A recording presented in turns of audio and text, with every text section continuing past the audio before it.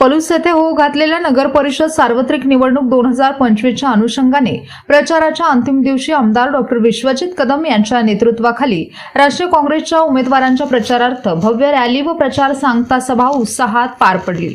नगराध्यक्ष पदाच्या उमेदवार सौ संजीवनी सुहास पुदाले तसेच नगरसेवक पदाच्या उमेदवारांच्या समर्थनार्थ काँग्रेस पक्षाने भव्य शक्ती प्रदर्शन करत विराट पदयात्रेचे आयोजन केले। छत्रपती शिवाजी महाराज आणि विश्वरत्न डॉक्टर बाबासाहेब आंबेडकर यांच्या अर्धाकृती पुतळ्यास अभिवादन करून या पदयात्रेला सुरुवात करण्यात आली। या रॅलीमध्ये शेकडो मोटरसायकलस्वारांनी हातात काँग्रेसचे झेंडे घेत विजयाच्या घोषणांनी वातावरण दणाणून सोडले। खासदार विशाल पाटील, माजी मंत्री आमदार जयंत पाटील, माजी राज्यमंत्री आमदार डॉक्टर विश्वजित कदम, हनुमंतराव पवार, महेंद्र लाड यांसह काँग्रेसचे पदाधिकारी, कार्यकर्ते आणि नागरिक मोठ्या संख्येने उपस्थित होते।